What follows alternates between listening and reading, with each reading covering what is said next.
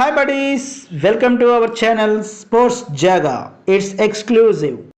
లక్నో వేదికగా జరిగిన లక్నో ముంబై మ్యాచ్లో లక్నో టాస్ గెలిచి ఫీల్డింగ్ ఎంచుకుంది. ఈ మ్యాచ్ కి 3 చేంజెస్ చేసిన లక్నో నవీన్ ఉల్ హక్, టర్నర్, మయాంక్ యాదవ్లకు చోటు కల్పించింది. మరోవైపు ముంబై ల్యూక్వుడ్ ప్లేస్ లో కోయెడ్జ్ని తీసుకుంది. మొదట బ్యాటింగ్ ప్రారంభించిన ముంబై ఏ దశలోనూ కంఫర్టబుల్ గా బ్యాటింగ్ చేయలేదు. ప్రతి దశలోనూ తడబడుతూనే ఇన్నింగ్స్ ని ముగించింది.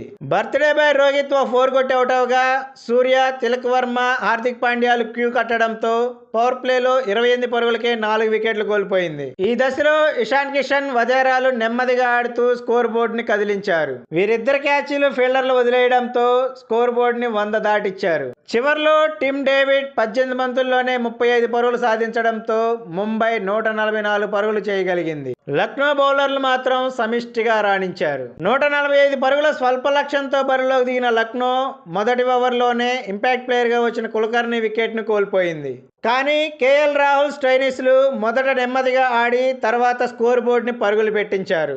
59 పరుగుల వద్ద కేఎల్ రాహుల్ అవుట్ అవగా స్టైనిస్ దీపక్ హుడాతో కలిసి ఇన్నింగ్స్ ని నిర్మించాడు. తర్వాత 99 పరుగుల వద్ద దీపక్ హుడా అవుట్ అవగా 62 పరుగులు చేసిన స్టైనిస్ కూడా అవుట్ అవడంతో మ్యాచ్ చివరి వరకు వెళ్ళింది. చివరిలో కొంచెం డ్రామా జరిగిన లక్నోనే విజయం సాధించింది.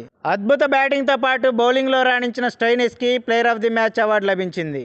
ఈ వీడియో మీకు నచ్చినట్లయితే లైక్ చేయండి, షేర్ చేయండి. ఇలాంటి మరిన్ని అప్డేట్స్ కోసం please subscribe our channel. Bell icon click చేయడం మర్చిపోకండి. Thank you buddies.